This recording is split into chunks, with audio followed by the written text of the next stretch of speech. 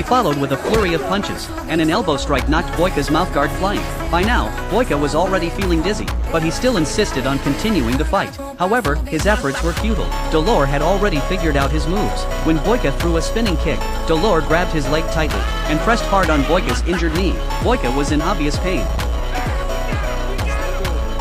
Boyka could barely even stand. The momentum shifted right back to Dellor. He kept targeting Boyka's injured leg, forcing Boyka to retreat again and again. Seeing his chance, Dellor unleashed his signature spinning flying kick, sending Boyka crashing to the ground, motionless. Just as Dellor was about to celebrate, Boyka somehow struggled back to his feet. But even so, Boyka still couldn't turn the tide. Dellor grew more and more reckless, almost dancing around the ring. His punches rained down on Boyka non-stop, who could do nothing but take the beating. Before being kicked straight off the platform, the crowd chanted Dellor's name at the top of their lungs. The referee began the count over the fallen Boyka. Boyka lifted his head and saw a mop nearby.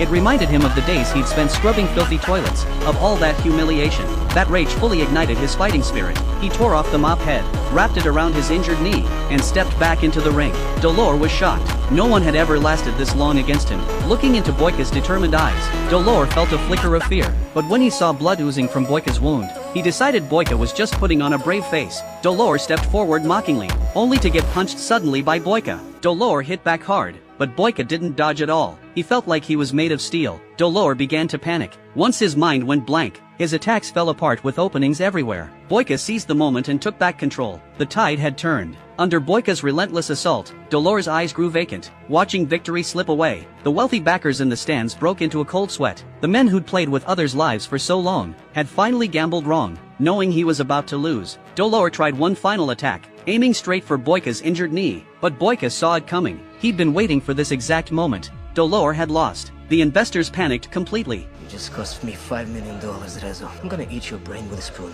You understand me? I'm gonna eat your fucking brain with a spoon!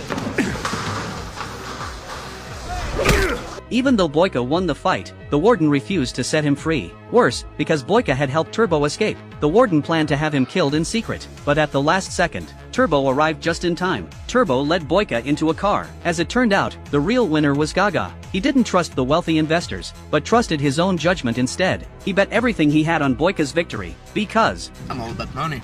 And you, well, good knee, bad knee, no knee, you're still the best fighter in the world. Especially when you're angry. Boyka not only gained his freedom, but also received a handsome reward. After all the suffering and struggle, Boyka's dream finally came true.